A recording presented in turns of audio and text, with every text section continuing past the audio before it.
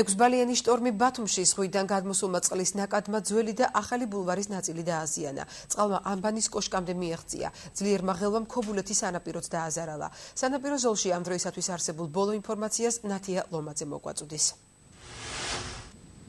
ამ დროისთვის ბათუმის სანაპიროზე სიტუაცია სტაბილურია, შტორმის სიმძლავრე იკლო და როგორც სპეციალისტები აცხადებენ, ღამის განმავლობაში ზღვის ღელვა დაახლოებით 4-5 ბალი იქნება.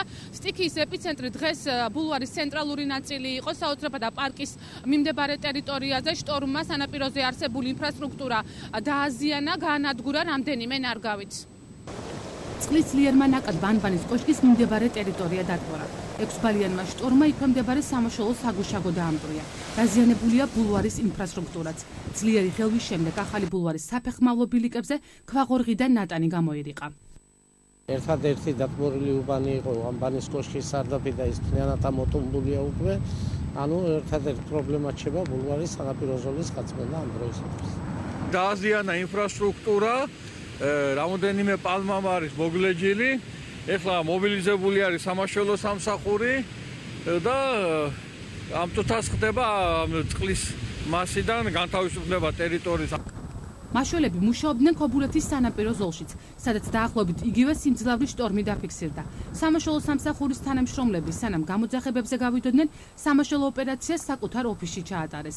ზღვის ძლიერმა ღელვამ შენობის კედელი დაანგრია.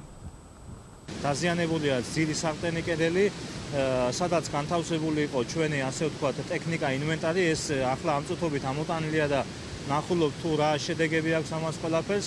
აგრეთვე დაზიანებულია ჩვენი ერთი კოშკურა ბათუმის ტერიტორიაზე. გამოძახება ჰქონდა აღმაშენებლის ქუჩაზე, წაიქცა ხე თავის ფესვებიანად, ჩაიხერდა გზა და ჩატარებული სამაშველო სამუშაოების შედეგად გზა გავათავისუფლეთ. საშტორმო მდგომარეობა ბათუმის საზღვაო აკვატორიაში ხვალამდე შენარჩუნდება. ამ დროისთვის შტორმის სიმძლავრე 5-6 ბალს აღწევს. ღამით ზღვის ღელვა და ქარის სიჩქარე დაიკლებს.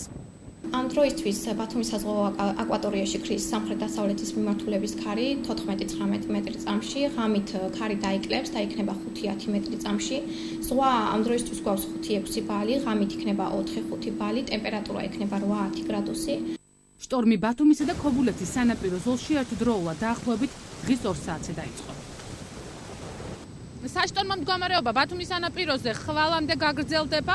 დილიდან აქ განახლდება გაწმენდითი სამუშაოები. სინოპტიკოსები ბათუმში გამოდარებას ხვალიდან ვარაუდობენ. 27 ნოემბრამდე სინოპტიკოსები მზიან ამინდებს პროგნოზირებენ.